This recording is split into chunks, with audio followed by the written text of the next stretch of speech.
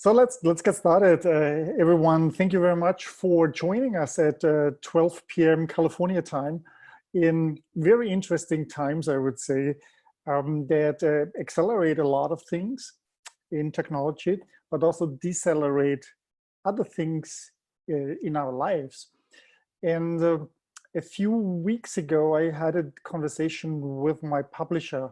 I'm here living in California in the Silicon Valley, like most of you probably, and you know, the shelter-in place is in action. And I have a German publisher. I am originally from Europe, speak German, write books in German, have been living here for 20 years. And my publisher, who is also an investor, asked me, what will the COVID-19 mean for investments, for investors? Where will be future chances and opportunities? And I quickly just sent him some chat messages on that stuff, and we then discussed it and said, shouldn't we make a paper trying to figure out what it could be and what technologies, what industries will be affected positively, negatively, how this will be on humans.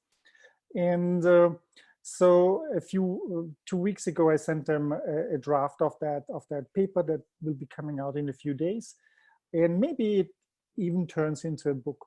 So Rob Lau, who is running Idea-to-IPO and also is forced to do an online session, asked me if I wanted to present some of these results, and that's why we're here today. I hope every one of you is doing good. Everyone is like hopeful, can work, does not have any too much stress financially or psychologically or with family. If not, I wish you all the best and hope that we are out of that situation soon, and that we find back to a life that may be a new normal. So maybe to introduce myself, I'm Herger. I've been living here in the Bay Area for almost 20 years now.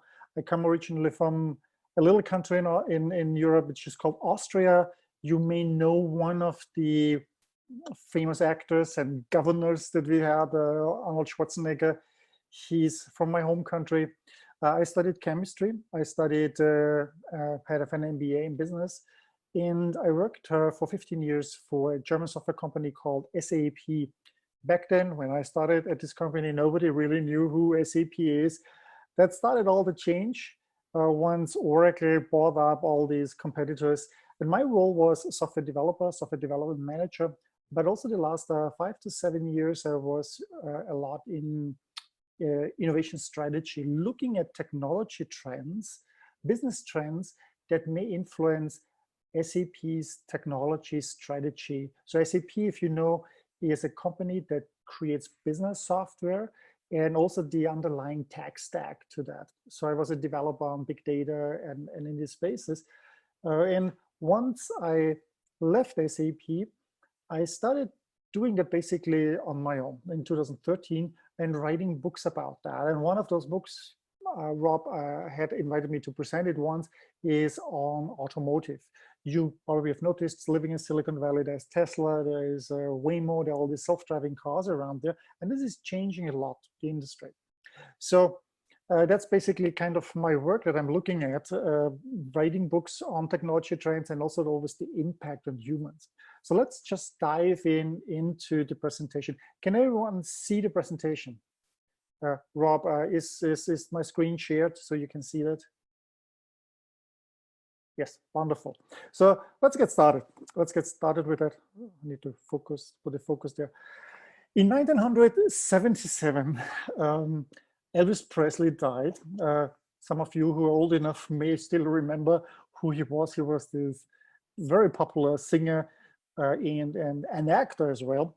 And at this time, there were probably around 100 Elvis Presley imitators, impersonators.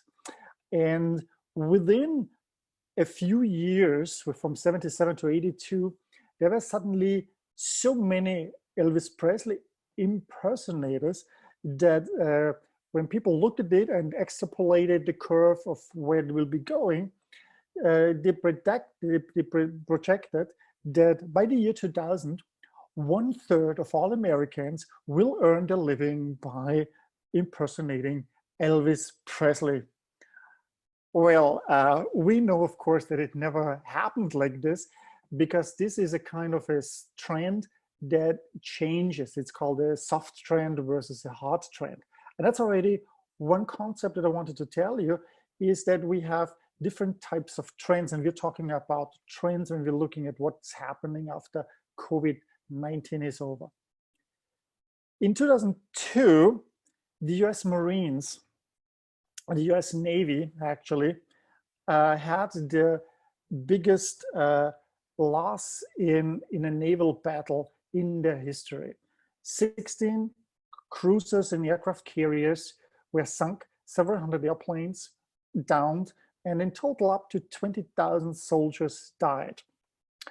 Now, if this is news to you, you may have not heard about that, and you're wondering, why did I not hear about that stuff? Well, it was actually a simulation. It was a so-called Millennium simulation from 2002, where about 13,000 US officers in the different, across the different sectors of the Army, Navy, Air Force were simulating attacks.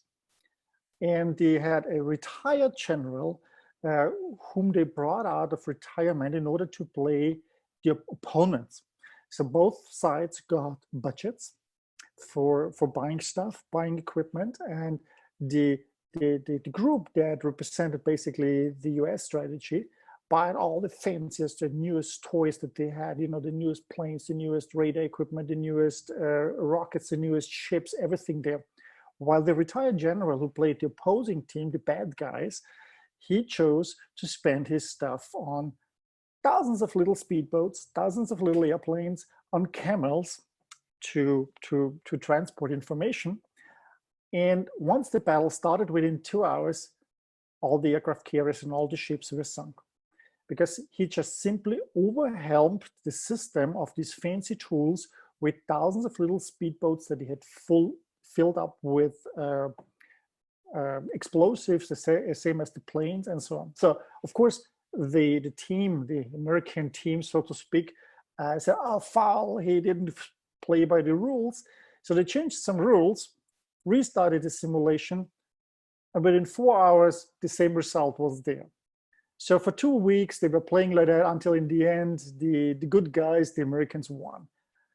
Now, that is what is called red teaming. It comes from the Prussian Navy, from the Prussian Army, that had famously the Prussian blue army uniform. And what they were doing is one part of the officers overtook also the opponent and tried to break through their strategy. And that is another technique in order to look at your own strategy and see if the future is working for you or not. And that is one of these Foresight Mindset, future prediction or forecasting methods that you have in order to make a better decision today for the future. Now, when we look at futures, and you see here a term that is basically the plural of it, not one future, there are futures. Yeah? It looks like this. We have on the one side the past. The past is over. The past happened. The past, we cannot change it. We cannot influence it. And the past led us to the present, where we are today. And when we then look at the future, we see a cone of futures, which are all the possible futures that we see. Now, these are the possible futures. Well, that there are within that probable futures, futures that are more probable, futures that are more plausible to happen, but also futures that we'd like to happen, yeah, our preferred futures.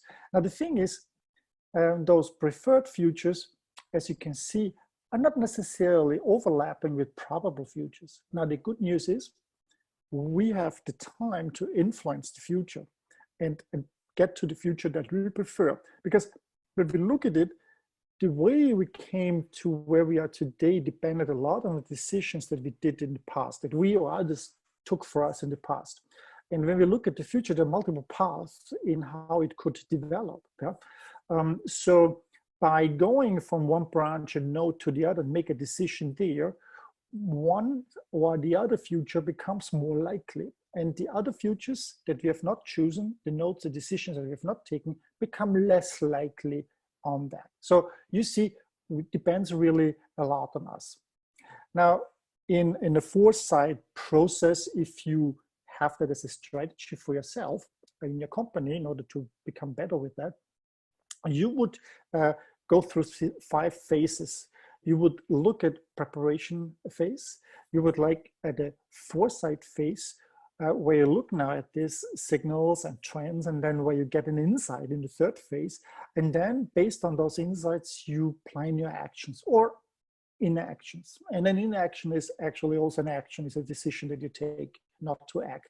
And then you look at monitoring at how the future develops. And there may be at a certain point in time, something that is a trigger where you have to do action. And well, and then depending on where you're looking at, you may prepare for the next phases, for the next industries, for the next directions or technologies that you have. Bill Buxton, a Microsoft executive, coined the phrase long nose of innovation. When we look at innovation as an end customer, as an end consumer like us, yeah, the iPhone may have suddenly popped up and was there. Yeah? But the fact is that such an innovation is often 20, 30 years in the making, but it's under the radar of the public. So there's typically an invention or discovery. Then there's an improvement on that. And only the specialists or the people in the field know about it and work about that. And then it comes to a stage where this innovation becomes mature enough to become a product and then goes up and covers the market. So when you look at a phone, coming out, the iPhone, coming out in 2007, it means the productization happened at the end of it, the long nose here, but it started somewhere on the left side with an invention and discovery. And when we look back at the history of Silicon Valley, we at least have here one company that was kind of 20 years earlier. General Magic was the company that was working on something that looked a lot like an iPhone back then. It failed, this company, but all these people and all these technologies that have been developed, someone made it up in these companies that were then crucial to develop in the end, the iPhone. So in order, as somebody who's trying to make a picture of the next 5 years or maximum 15 years, depending on the industry, what is coming, we can look at what technologies are here today in order to see where and when they will have an impact. Let's take one example, maybe for the Silicon Valley that we all know, self-driving cars. Now, we are today in a phase where we see a lot of these cars driving around, but we can extrapolate and go back and look, how many years ago did this actually start? And we can point, maybe one of them would be the DARPA Grand Challenge in 2004, 2005, and 2006, where there was a contest on self-driving car. That would make it 15 years. So it would tell you we're probably 5 to 15 years from having self-driving cars being really productized and going into the mass market. But we also could say, well, in the 90s, there was already in Germany, Mercedes trying to do something like that, and they had pretty big successes. So it should be already like 30 years. So they're a little bit late. And it depends on the technology, if you're talking about 20 or 30 years and how many challenges there are. If you're talking about a 20 to 30 years space or period. Now, the first slides, as you see, are talking about these basic terms so that we get a better understanding of, when we looked and later on a little bit on the industries and results, how we can come to such results. So signal is typically a small or local innovation with the potential to scale in size, impact, and geographic distribution. And we all get these signals and have a lot of those signals that we see. Sometimes it's very confusing. There's a lot of noise in there. So we have to start filtering on that. And we could maybe think about artificial intelligence. Is it important for my industry or not? And I may dismiss it easily in my industry because I may see only one application that has come up. But once I started artificial intelligence, looking at the medical space, at autonomous driving, at chatbots, at flying airplanes, yeah, at video games, I'm suddenly realizing that, oh my God, this is not just one signal in my area, it's signals all over the industries coming up. So I see that maybe having not just this local impact, but really something that is more on a global scale. A trend, on the other hand, is now a lot of these signals are coming. You're moving me as a manifestation of a sustained change within an industry, a public sector, society, and also in the way we may behave toward one another or how our behaviors are shaped differently. We are coming to behaviors a little bit later, because they're very important actually to adopt technologies and have changes in the way societies work. And now trends, there are tons of different trend types, from trend signal to emerging trends to micro trends to exponential trends to meta trends, pseudo trends, trend breaks, like for example the anti-baby pill contraceptives that came at the trend, the baby boom suddenly broke, the trend went away. We have soft trends and hard trends, like Elvis Presley was a soft trend. Of course, this is a reversible trend, while hard trends are something that is not reversible. My age is a trend. I'm getting older. I cannot reverse that unless somebody in Silicon Valley finds maybe the fountain of youth where we can get younger again. Now, the Singularity University and the Moffat Airfield defines actually 6 larger mega trends where they call that they're basically becoming true, and this has been a process for several hundred years now, like demonetization. We go from cash away to more digital means, even change the currencies, like becoming cryptocurrencies, digitization, the way from using phones and hailing a taxi on the street to everything app-based, to cloud solutions that we have. And also dematerialization on the left side. I may explain that maybe. So when around 60, 80 years ago, the first beer can came out, a half-liter beer can weighed about 100 grams. Yeah, so that means you had quite a fifth of the weight of a can was actually of a full bottle was actually the can, the material itself, not the liquid. Today, the same half-liter can weighs only 16 grams. So instead of 100 grams, 16 grams. And the reason for that is because we put in our brain knowledge to basically dematerialize it. And when we look at everything like a phone, those of you old enough remembering rotary phones, they were much heavier and could do much less. Even cars are actually lighter if you strip them down to only those features that cars 50 years ago had. It just doesn't change really much. The cars are still the same weight because we just put more functionality and features into those cars. Signals, trends, then we have mega trends, we have big shifts, and we have events. And an event is something like Chernobyl, a nuclear power station that explodes. We have financial crisis that just comes out of nowhere, yeah, or at least for most of us, it comes out of nowhere. We have COVID-19, yeah, as an example that comes out of nowhere, although it is something that can be forecast that something like that comes. But these are events that may be changing the trajectory completely. Now, in order to, signals and trends are not are driven often by motivators and by behaviors that people have. And in this case, you may be familiar with books like The Power of Habit by Charles Duhigg or Hooked by Nir Eyal from Stanford University, where they're looking at it and saying, what is a habit actually, and how do I get to change habits when people are there? Yeah. So, and one of those things is that Charles Duhigg talks about is first there's a trigger. There's a trigger that we start a different routine or start a certain habit. Yeah. And then we commit on that action, we do that, and then we get a reward for that, a positive feedback. So one example would be, let's imagine you take up jogging if you haven't done jogging. The trigger would be, my scale told me I'm too fat and I can't breathe when I'm walking up the stairs, so I have to do something for my health. So I start with this routine. and start running. And of course, I'm dying the first time doing that because I'm almost out of breath right immediately. But I tell myself, if I make, 2 miles on the first day, I will reward myself with, let's say, a coffee or a little snack afterwards. Yeah? And you try to do that again and again and again. And if you do that often enough, and people say, well, it's about 30 times that you have to do that, like a month, yeah, then this behavior sticks with you and you changed into a new behavior and routine.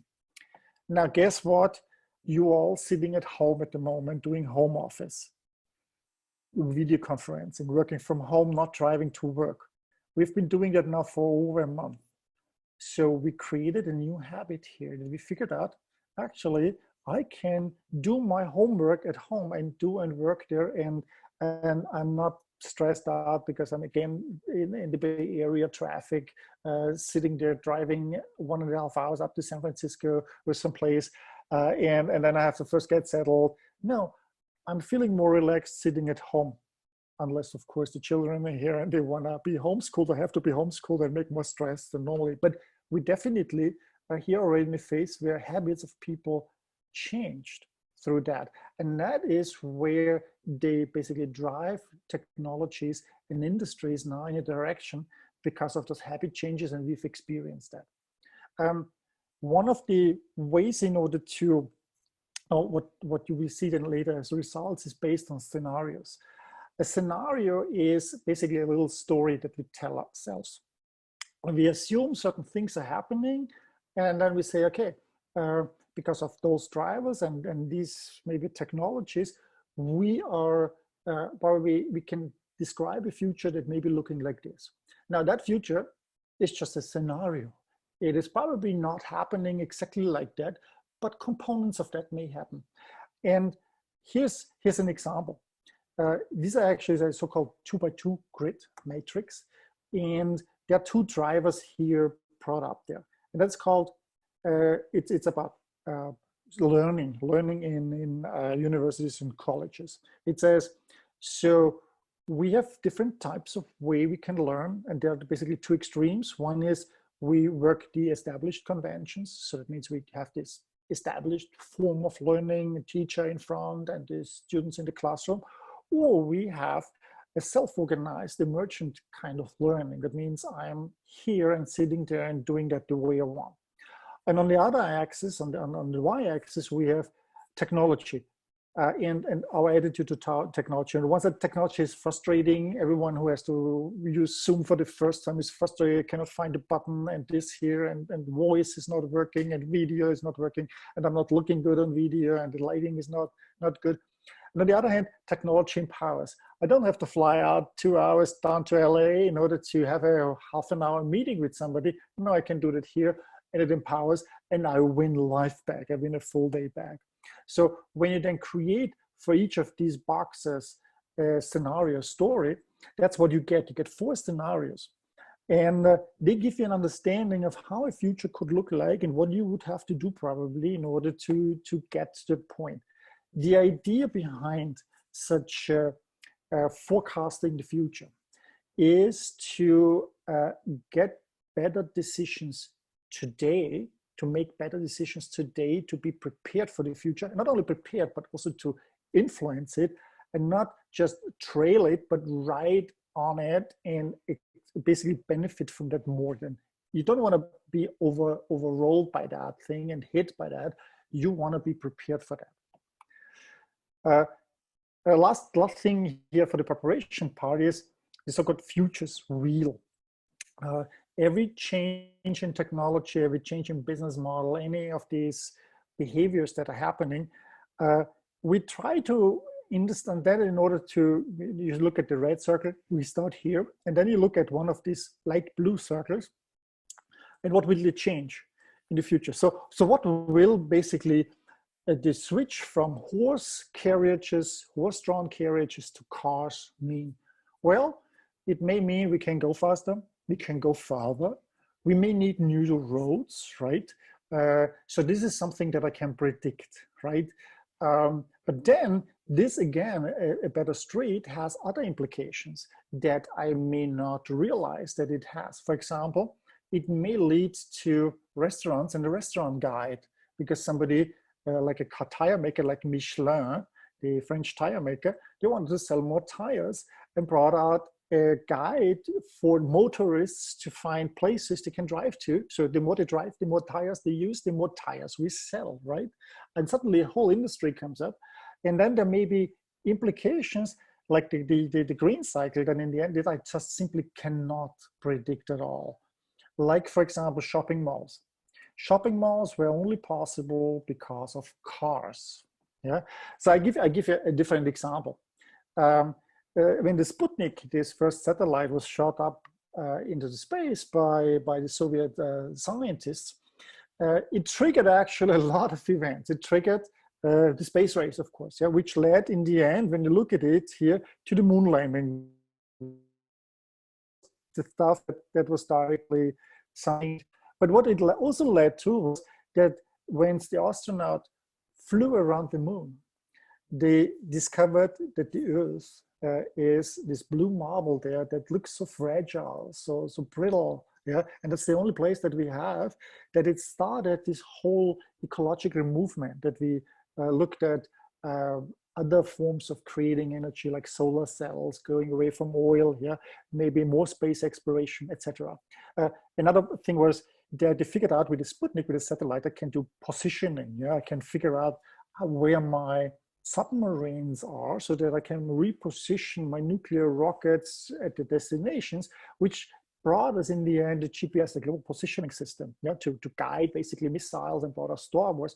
But it also in the end brought us Tinder, because a GPS system, of course, gives me a location. So when I have an app on my phone and I use Tinder and I want to match with somebody, here in the Silicon Valley, I'm not interested in matching with somebody in Rio de Janeiro or in Berlin or in, I don't know, South Africa, because I'm here, right? I want to meet this person here. So a Soviet scientist back then in the 1950s who developed that Sputnik satellite could never predict that there will be something like Tinder that will be based on their technology. So, and these are the things where we can only look so far into the future, and then there will be things that we just cannot imagine that they're happening. So let's go now. What will happen after coronavirus? And let's take a look at a couple of things. And I have here this one is they're called robots. Have you been to Mountain View recently? So I lived in Mountain View for quite some time. I'm in San Jose, North San Jose now. And I know that there were in Redwood City where all these Starship technology robots delivering food. There were also in Berkeley all these Kiwi bots, and then in San Francisco they had all these a variety of different other robots going on. But suddenly, while the streets in Mountain View are empty, Starship Technologies also got a permit to use and deploy their delivery robots into Mountain View, on the Mountain View streets. And then you suddenly see that that actually makes a lot of sense, especially in times of social distancing, that those little robots are delivering not only food, but also inside medical hospitals or retirement homes with people who are especially vulnerable, to deliver medication, food, and other necessities through such robots, through a contactless thing. Yeah, and we also see here this one robot on the legs, basically walking down and up and delivering your package. You've seen that companies such as Amazon at the moment and UPS, they hire people because this is the only way we can shop. And it turns out that Amazon, and delivery companies, transport logistics companies, are necessary entities, system relevant entities. And then you may maybe also want a toilet paper bot that Jarming presented. That brings you basically toilet paper that you are not able to buy at any of the stores at the moment, where a roll of toilet paper is weighed in gold, basically. And that was presented actually at the CES. I'm not sure what Jarming knew already back then, but apparently they had an idea that somebody needs that. Another one, of course, is when we talk about robots, autonomous cars. So here's one of these companies driving on Lombard Street. That just in March, in early March, I actually filmed them driving there. And that of course means if you want to travel and you cannot take a taxi, you cannot take real public transport, there's not really social distancing possible. So how about really using those vehicles, especially for people who have immunocompromised systems and are sicker or healthcare professionals who have to go somewhere because they have to work. I drive my wife, she's a doctor here at the VA. I drive her every day to the office because they originally had not really much separation in the shuttle buses from the parking space to their clinic. Or maybe drones as well, yeah, in the form of passenger drones and drones for delivering packages. That could be things that are seeing a future. Now, what I try to do is here putting together a chart like that of what may be relevant or may be coming in the future, in the near term or in the mid and long term future. Where do I see that? So the color scheme here means when it's green, I mean that there's a high likelihood that this is something worth exploring, looking into. When it's have both colors, I may think it's a little bit unclear, but it may be also that I mean not at this moment, but a little bit later. Yeah, and low, the red color means there's probably not really much opportunity in the near term or in the long term. Yeah, so maybe this is a more long-term shot. There may have been too many problems that still need to be solved. That getting in right now as an investor or as somebody, the product may be frustrating, let's say it this way, for the next time. So I think that delivery robots have still quite some challenges to overcome. Yeah, in the near term. How to press the button on the traffic light, for example, yeah, or how to get even on your porch, yeah, or up the third floor in your house. So there may be still some things to change, but in the mid or the long term, this will be something that we probably will see all the time. It becomes very normal. Robot taxis is probably also still a little bit out. There's not yet a product here, I guess, that we can mass roll out. Although I know that Waymo is very, very advanced, and I'm seeing their successes, and others like Tesla also talking a lot. But in the mid and long term, I guess we will see robotaxis, especially in the US and Asia. That means around the I would say 2030, it will be totally normal to have that. So in this time frame, while in Europe they may be a little bit behind. Drones is probably farther out, especially also passenger drones, because there are very strict regulations, and I think the FAA and such organizations are very slowly moving. Security robots, on the other hand, at the moment they're looking more gadgety, gimmicky. Yeah, so there are some like Nightscope, but this will be probably also something, especially in times like this where there is a pandemic and nobody's at work and nobody's at these factories. How can you make sure that your property value is kept, not having somebody break in and exploiting the situation? What about real estate and construction?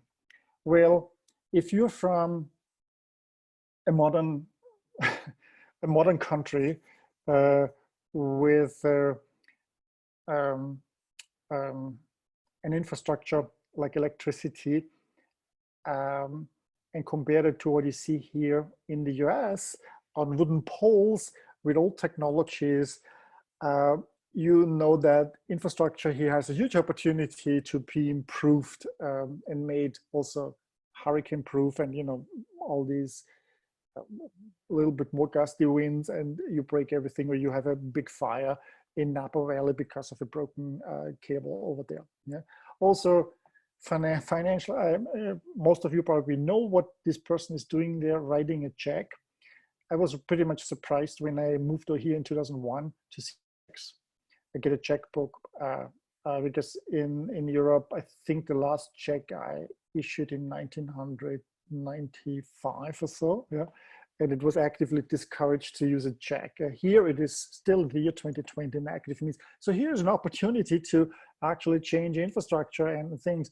We also see suddenly a lot of people using technologies like this. We are here all together via this tool Zoom, which is in San Jose. You know that maybe Eric Juan, yeah, a super nice guy. But you have to feel a lot of people suddenly use that the first time. And I was pretty much surprised because living in Silicon Valley, working internationally with people over in other continents, always required me to use such tools. And now it's the first time. And now we realize how bad often those these internet connections and broadband networks are. So there is, I think, something where we will see a lot of investments in infrastructure. I see that already happening in Germany and Austria, where they realized we need to really do everything that we can offer digital services, you know, from unemployment offices to DMVs and every government infrastructure and company, that they realize we need to have broadband internet everywhere. We probably need to think about what's coming after broadband internet, what's the next generation of internet looking like, mobile networks, all these holes of where you drive and you suddenly lose connection. You want to change that. You want to go to the next technologies. We have already in South Korea, you know, in Singapore, those new networks, these 5G networks, and we are still lacking and often having dropped connections in the middle of Silicon Valley, which should be one of the best equipped infrastructure areas because of technology. So these are things where I see there's an opportunity as an investor, as a technology expert or researcher, to go into if you want to have success and see your stuff productized in the near term and in the midterm. Home office, yeah.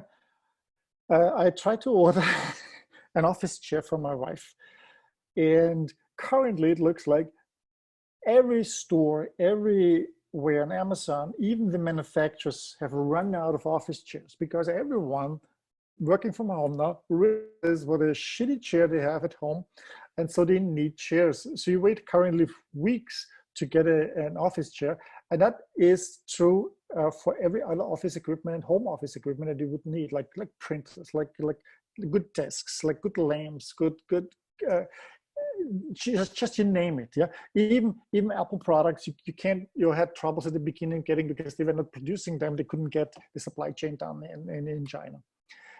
So when you look now at this whole thing from software that you need, there's an opportunity, I think, everywhere at the moment. And also, we will probably notice, because you changed habits, that you decide, well, if you haven't done that yet, I maybe not going all the 5 days or 7 days, some of you, depending on if you work in a business startup, to the office. No, it will take 2 days, maybe home office, not work, or 3 days even, and work from home, not being disturbed, turn off Slack, not being disturbed by people popping up into my room or asking questions while I'm trying to code something or do something, but really working from home. And that means there's an opportunity on a lot of different things, from conferencing software, cloud solutions, hardware, printers, maybe still today required, but not later. Security, personal security on your machines. Yeah, you may have a laptop issued by your IT department, but you may have private devices at home, or for the kids, yeah, security devices that you use for homeschooling. And suddenly you may think about that you're not getting into troubles here through hackers, through viruses that come in there, etc. Yeah? So I think this is an opportunity that we will probably see, because many people changed habits and will prefer to have 1 or 2 days a week working from home, not having the mess of travel of driving to the office. And many managers will actually probably agree to that now, because the fear was always for them losing control, people at home not working really, they're lazy at home. But now there's no other way, everyone is at home, and then they see, oh, maybe it's actually working better than we have thought.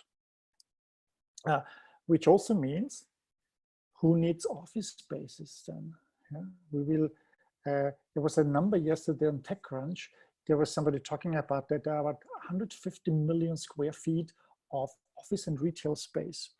And even if we talk about 20% of office space that we need less, so 30%, yeah, 1 or 2 days gone, that means we have 20 million square feet in San Francisco that may be not necessary anymore for retail, not necessary anymore for office spaces, and that could be turned into apartment buildings, yeah, reconverted, and that would maybe ease the price, the rents, the house prices, ease that a little bit, especially in the Bay Area, and you know how crazy the prices are here. Yeah? Also, there may be something what is called, you know, we have the Section 408 code, which tells us that in buildings, certain things have to be done for handicapped people, for disabled people, for people so with a wheelchair, for people who are blind, so that they can go up a ramp, that they have an elevator with the braille's buttons on there so that they can read that, and so on, or toilets. Now, think about that with delivery robots. Maybe we have to have a section for robots so that you build houses in the future where robots can easily access that, because robots may be doing a lot of tasks, not just delivering packages, but also cleaning those apartments, common areas, toilets, etc., whatever is necessary.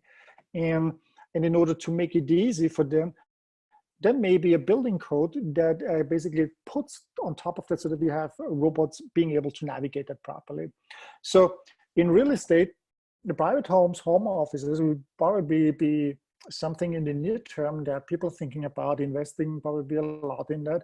Office real estate may be something that may not develop as much as you have thought. We probably see, and the signals are here. I've read a couple of blogs and news from people who actually decided to reduce their office or really get completely rid of their office spaces while they are in the crisis, and probably will not move back to them. But there may be a need for new workspaces. You've seen those co-working spaces, they're all there, but something like mixed spaces where it's a cafe that is offering offices as well. So because sometimes you need to meet and have a meeting room, so that may be something. Also that in real estate, you may use more digital tools to see about temperature and have more real-time information about the building, the occupation, what's going on with the temperature, the energy loss, etc. And in construction, we'll probably see also more robotic devices, more sensors being used in the future that make it easier and use fewer people to walk through a construction space, which is also a dangerous space, so that we reduce that amount and have more timely data on those things. Which brings us to sensors and augmented reality, and I brought it in. I'm a chemical engineer. I work a lot with sensors. I measured exhaust emissions from cars, not from cars, but from heating systems. So we have carbon dioxide, carbon monoxide, nitrogen, the different combinations, sulfur, soothe, all this kind of stuff that comes out of a typical heating system, which is not much different than what comes out of a car. Yeah? And there are different types of sensors, of ways of measuring the quality and the quantity. So what is it and how much is it? And some are slower, some are faster, some are spectrometers, mass spectrometers, some are chromatographs, yes, some are working with light, some are working with gravity, some are working with reaction to other chemicals, etc. So, but what we see is with the coronavirus that we got infections with people that didn't know even about it, that they were in danger, that they were around people who had that. And what we are missing today somehow is really like this visualization of that. Just think about it, of how this is a picture of how microdroplets are distributing in the air, holding in the air, while the people are jogging here, running there. Yeah. So this is a visualization of how much distance you should keep from somebody else in such a time. Here's another simulation from a Japanese research lab where they showed somebody coughing in a closed room of how such a cloud of droplets, of micro droplets and larger droplets distributes. The red ones are the micro droplets, and they actually keep up there in that space for half an hour before they finally go away. And then they show also what would they have to do in order to get rid of that. The thing is, you're marching into a room like that, and you're not realizing that there's this stuff hanging around there, or you're touching a surface, not knowing that there is something that is infectious on that surface that has not been cleaned. Now, there's a startup in San Rafael, north of San Francisco, that actually was just featured in the Financial Times. And what they showed is that they have like a dog sniffing device. It's a device that like the dog would sniff out that. And this would be, for example, for explosives or for drugs on an airport. So that's a picture here, or explosives for the military. So the military can figure out other explosives around that. Or in agriculture, you can look at certain pesticides or full pollen. And here it already gives an idea of how we could use that. Not just figuring out viruses, bacteria in the air, but also pollen for those people who are allergic, that you do not run on the street into a neighborhood where there's extremely much of that available. Or if you're in the cleaning, if you're doing cleaning a service, you may want to highlight or see them basically where are surfaces that I have not yet cleaned and where I need to do more of that. And just like here, this is a coating on the floor that highlights through fluorescence harmful chemical substances, like pollutants that are there. And imagine you take now something like a Google Glass, next version of that, and have those sensors there for certain pollutants, for certain harmful organisms. And you're able to see that as a medical doctor, as somebody in the cleaning industry, as somebody who is maybe has allergies. This could be today we are blind in that. So this could be actually something where you go and see something coming in the mid and the long term that may be coming actually in the end to our phones. That you have an augmented reality application on that, and you can sense basically your environment. Is there something that may be potentially harmful for you, for your condition, and bring that? And that is something I think would be very a killer app for a lot of people who are suffering from allergies and other things. Which brings us to contactless payments. You all, most of you probably have heard about and know about China, where 700, 800 million people are already using Alipay and WeChat Pay. Even beggars, panhandlers have QR codes to pay them. And just with us, we have the legacy of having credit cards. So we have always kind of intermediary of a credit card in our Apple Pay and so on. And that maybe now, because I do not have to use a credit card and stick it into something and then press some buttons on a device that may be contagious, maybe have something, I just use my phone, and that may be not triggering actually, especially in Europe. In Europe, they're always a little bit behind with that also they're using, and here it becomes more acceptable. And also outside the Silicon Valley, where Apple Pay is something that's already used a lot, to use such devices to pay. Another interesting solution that I saw was a holographic display in an elevator. So in China, they tested in one of these apartment complexes a so-called holographic display. So this sticks out of the wall, and you basically press in the air this button, the floor that you want to go, and never touch any system. So that could be something to see. What so far was only futuristic stuff in Tom Cruise movies like Minority Report, or Amazon Go. You've probably seen them and used them already. If you haven't, just go there, really try them out. Amazon Go in San Francisco, there are at least 2 stores that I'm aware of, where you go in, you just start your app, you go in like through an airport, put your barcode on there, go in there, take the stuff out that you want, take a cashless, which is I'm not interacting with any person.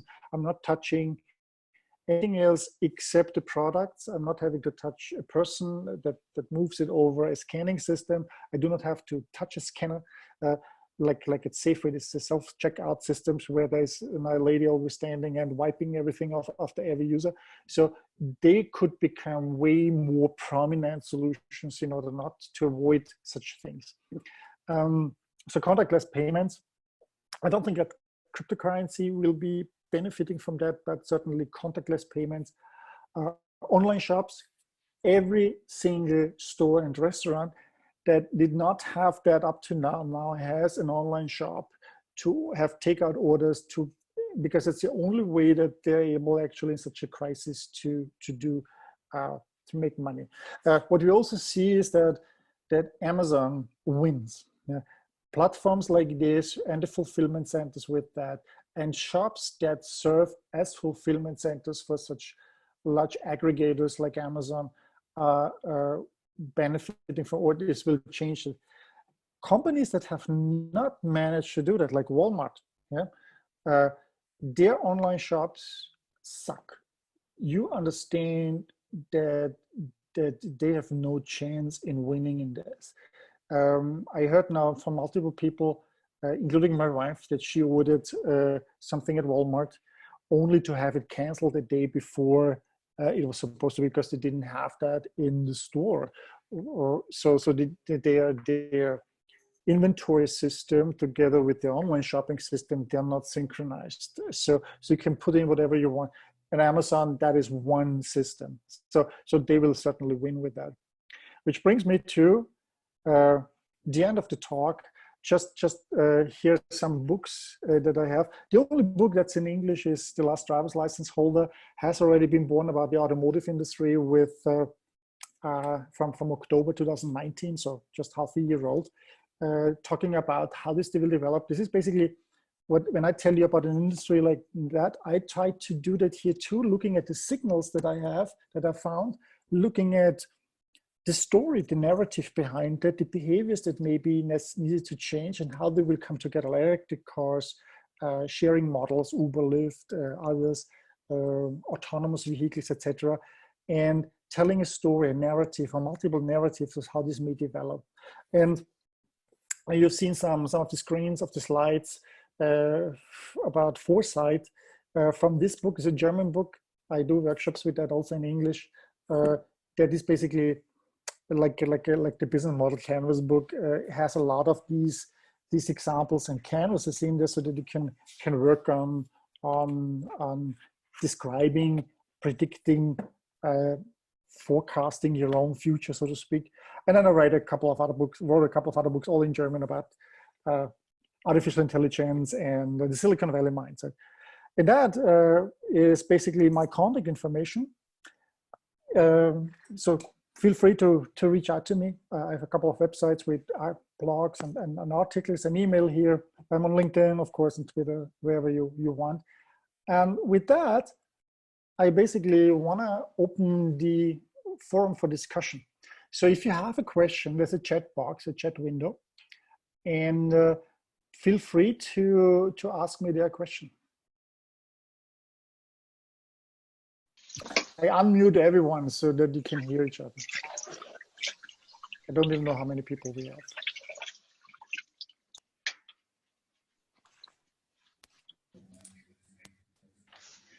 Any questions? Are you completely done?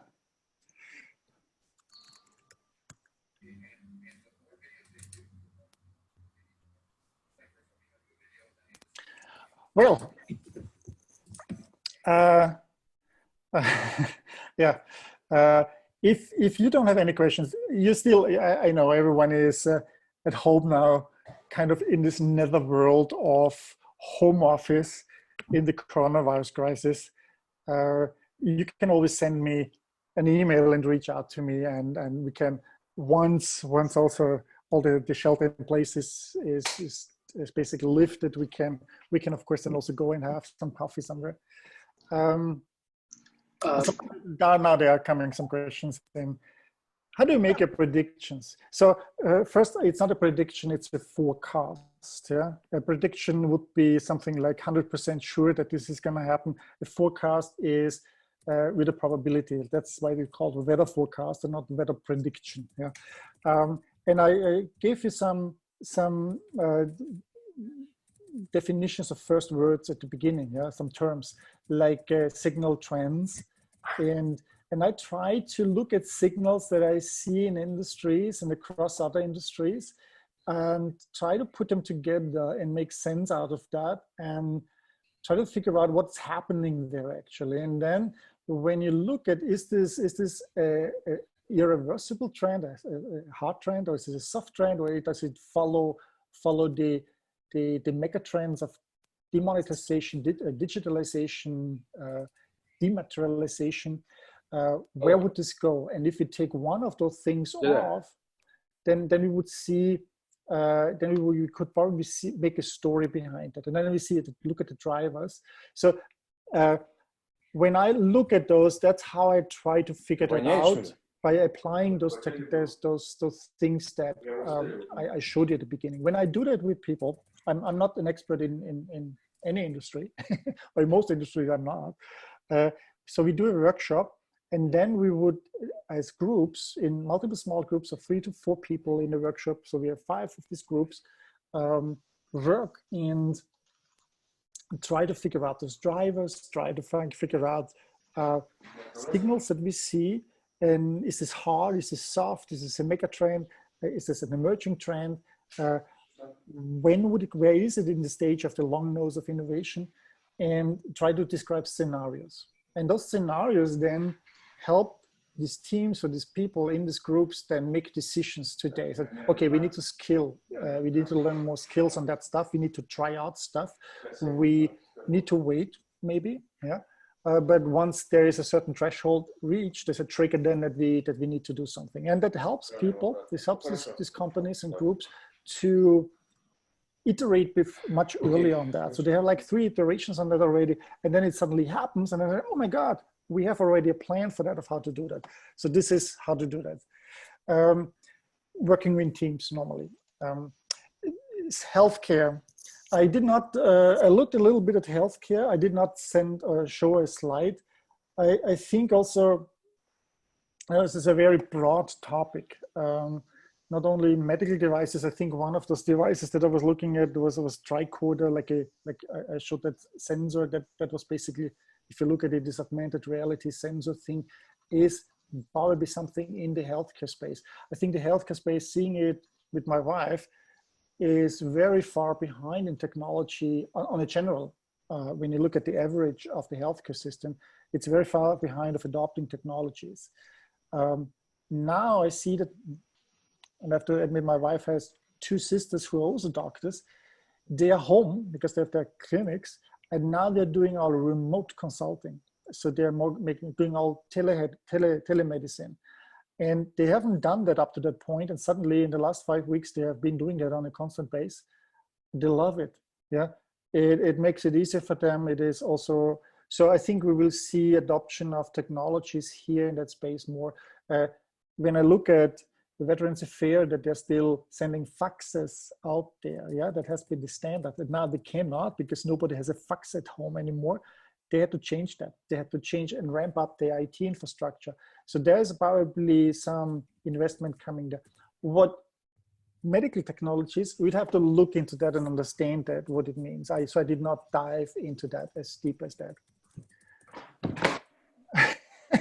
To use a magical ball, LSD. Well, sometimes I think there's no other way of predicting that, but these are probably the loon shots, the looniest ideas that they get out of there.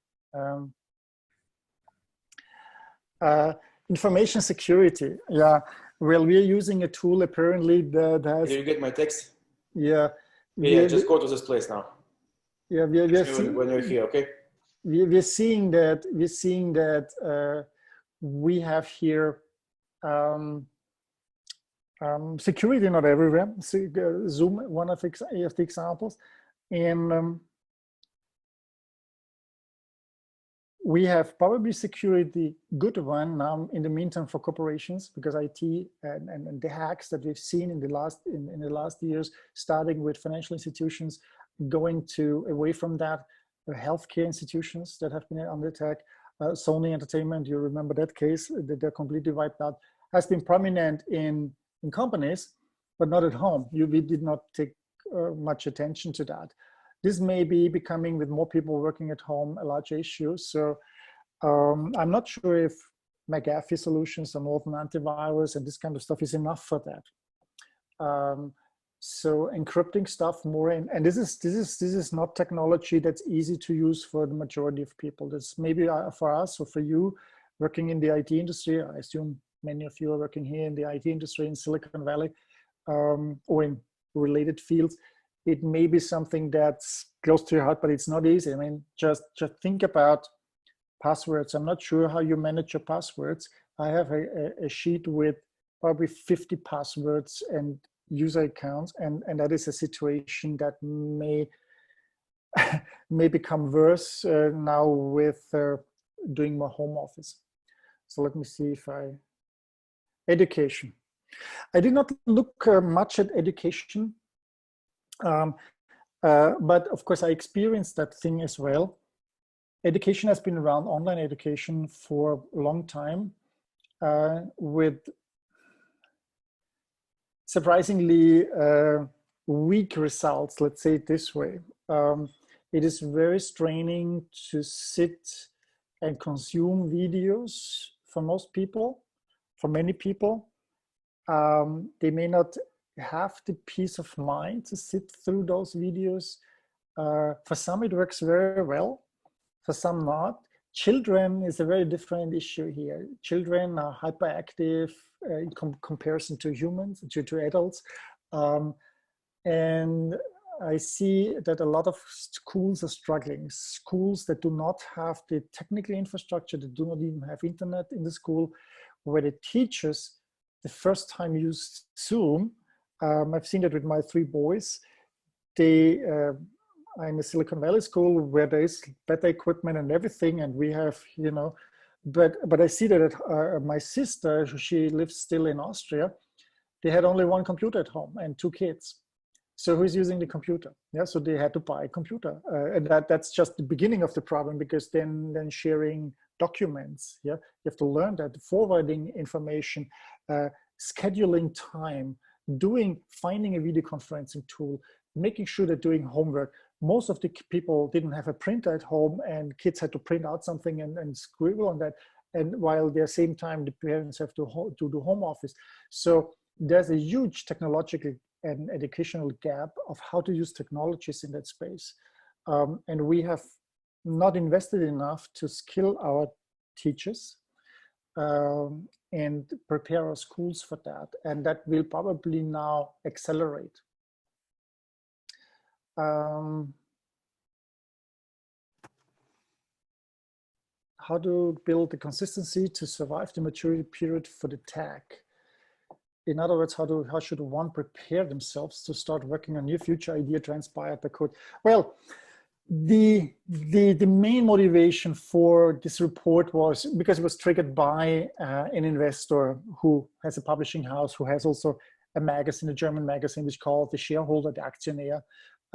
I looked with a large focus on investment opportunities, which is also something like when you're in the startup world, not enough money, that may be the near-term success, where you can probably be successful if you have a solution in that space.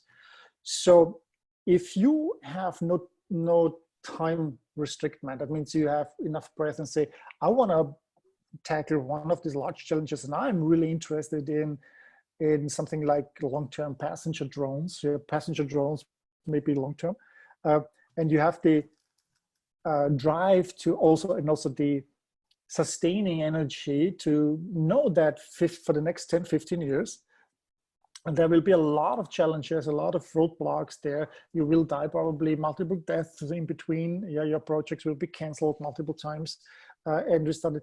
If you think that this is worth it, if you have this gut feeling that this is where you want to put your energy, then do it. Yeah, and you will find the money and the people, and probably also the success in that.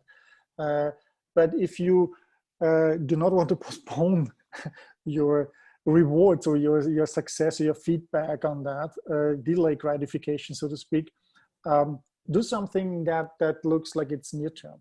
Yeah, if you're very passionate about a technology space, then please follow that. There will be probably short-term solutions as well that you find that make it all the while worth to basically hang on and then have the, in the end, big breakthrough of that. And I think this is one of these lessons of Silicon Valley. We have a lot of startups that look for the short-term gratification, yeah, the instant gratification to make big bucks quickly. Also, investors, venture capitalists look for return, a quick, big return. But there are a lot of issues, a lot of challenges, a lot of problems that the world needs, and we see that with COVID-19, where we need to work on a longer period on that. Just think of autonomous cars.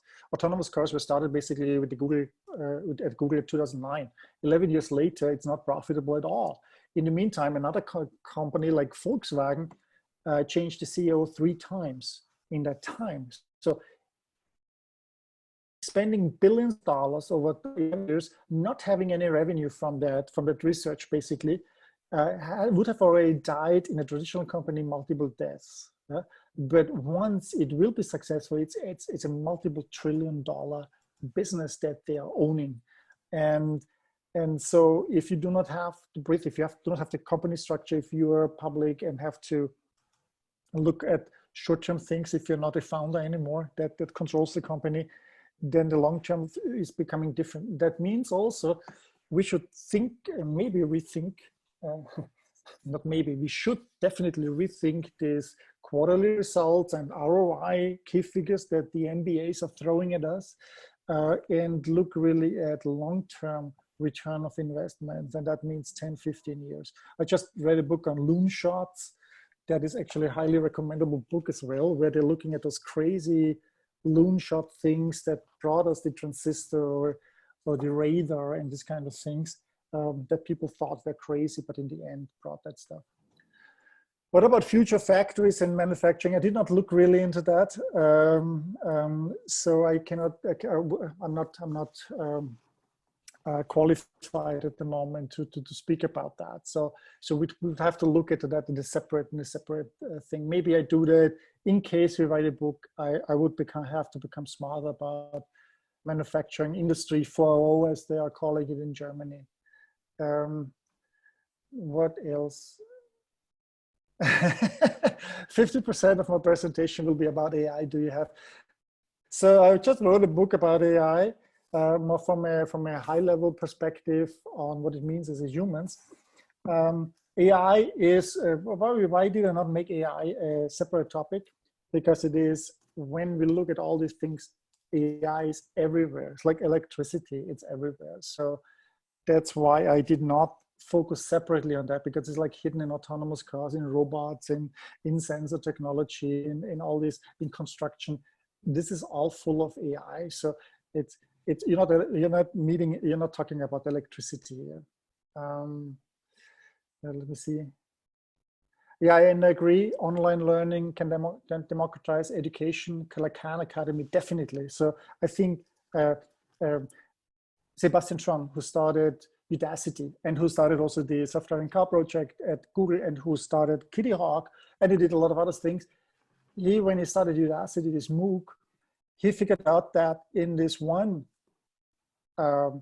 class that he had, the best Stanford student, at first they started with Stanford students and then they opened it up everywhere, that the best Stanford student would have placed number 473 or something like that. They said, holy smoly, there are 472 people out there in the world that have not the possibility to go to Stanford, that we do not have on the radar, who are better. And how many people could we actually lift up there if we gave them access to that? So basically, I want to point back to that book. When it's all in English, it would be When Monkeys Teach Monkeys. I'm talking about how we basically are monkeys teaching monkeys. Yeah, we're doing it the way we have done that for hundreds, thousands of years, and brought us to that success that we are. So nothing. So we can see the same when gorillas and macaque monkeys are teaching each other certain techniques. But when we took on a gorilla, Coco, you may have heard about her, and taught her sign language, then we brought her maybe on a cognitively higher level. She could communicate with us. She understood also her situation is different than from the other monkeys that she had, that she knew. And now, actually, and Coco was from San Francisco. She was born there, and the Gorilla Foundation is still in Woodside, where she lived until 2018. Yeah, so 47 years old. She died then. She could sign 1,000 signs with sign language. And communicate with us. So now imagine an artificial intelligence that is based on such a MOOC, yeah, can teach us in the way we prefer it as individuals. Yeah? Then we could scale the best teachers in the world through this AI to hand it over to everyone, to not just to the kids in Silicon Valley who have probably the best educational system access, but also to kids in Somalia or in India, in poorer regions, in rural areas where there's no good school. And that would make a huge case for artificial intelligence in the education space.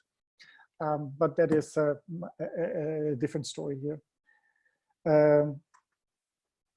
Yes, that's right. Low-income people and disabled people have the same, and rural residents have the same, but still it's often the human connection of a personal connection. It may be a human-looking machine or sounding machine that comes to it. But I don't want to dive into deep. This is a larger discussion. It's very sensitive, and what it means for schools and how we could do that actually. So I wrote a whole book on that. Yeah.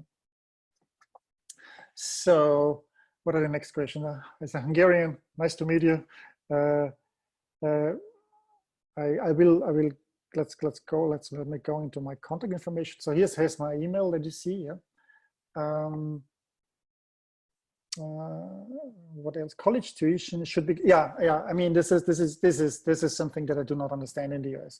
College tuition in the US. I come from a country where we had free college. I could not have afforded university or college from a working class family, and what we do here in the US is just abominable.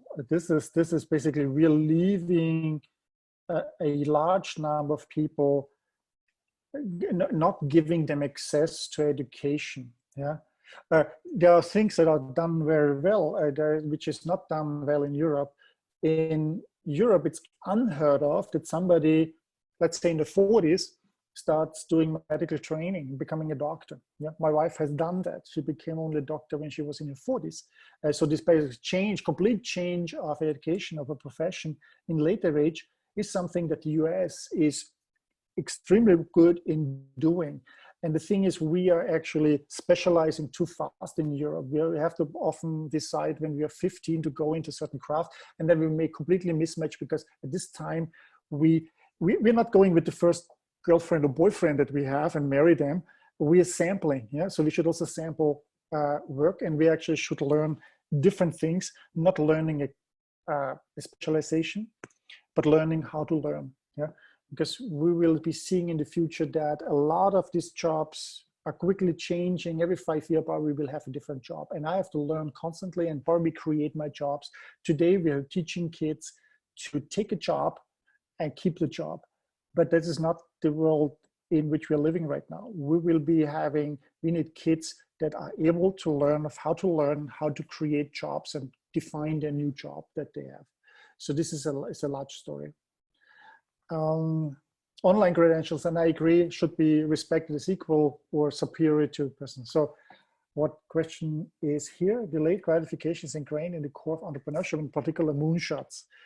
COVID is not going to be permanent, but it has caused tectonic shifts in our perception, climate change, also in our education. Exactly. And I think as bad as it is for the people who are affected, as bad as, 30 million people in the last 6 weeks filed for unemployment benefits. We have over 60,000 people who died. Yeah, we have 1 million people worldwide that COVID. It's lasting long. I'm not a medical expert. The way we will be taking longer, and this is not the last pandemic that we're going to have. There will be pandemics on a regular scale every 5, 10, 15, 20 years, who knows? Yeah. What we've realized is that we need a system like a universal basic income, yeah, that makes sure that everyone is able to pay the bills and not have this financial stress.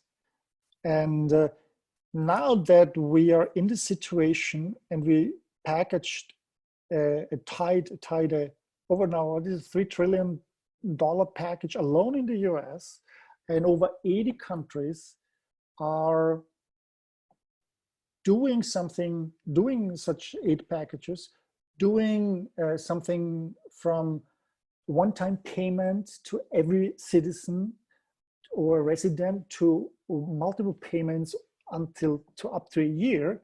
That is basically the largest field experiment that we just seeing, a global field experiment in different forms of a basic income, an aid, a transfer system, not just to companies that were bailed out like the 2008 financial crisis, which get actually again bailed out and have these transfers, but also to people. And that data will give our scientists, our economic scientists, our social scientists, yeah, and politicians a lot of information of how this works, what works best, because we cannot compare over 80 countries, yeah, how well they fared in those things, how quickly their economy went back to normal or to the new normal, and see the impact on climate, yeah, like in Delhi, suddenly you see the blue sky, yeah? Or you can see to Nepal, to the mountains up there in the Himalayan, of how animals are coming back, yeah. And this is basically a field experiment, an unprecedented field experiment that one could only hope for. And afterwards, we will be able to say, well, during COVID-19, home office worked. Well, during COVID-19, we saw that when we really reduced that number of traffic, the numbers go down. Yeah. Or when we do pay in universal basic income on that level, it had this effect on that economy, on that economy, on this economy, and suddenly we have really data. Up to now, everything was theoretical. So this will change completely the discussion on that. And I think that the universal basic income, something like that, will be something that will be one of the good outcomes of that in the next years. Yeah, everyone who was talking against that became a beneficiary of that and was yelling for that. Even the worst capitalistic, greediest CEOs, yeah, were suddenly begging again for money. And it's not normal that a capitalist system like this needs to be bailed out every 10 years. Yeah, you cannot tell me that the invisible hand is working well. No, it's not. It's always the state who's coming back. And our attack on state agencies and the state and the government have been so selfish. Yeah? And now everyone is in the same boat. So I think, and you see, I'm very passionate about it.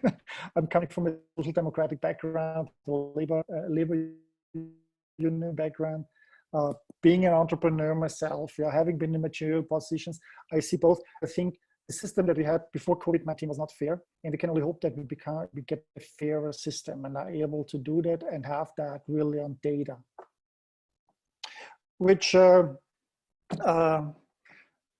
think we are now coming close to an end.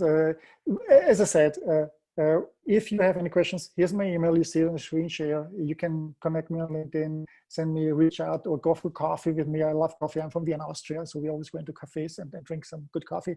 And I want to thank Rob Lau, who organized that Idea-to-IPO. Check it out. You probably are familiar with it. It's the largest meetup group in the Bay Area. Rob, did you want to say something? I'll mute you just simply.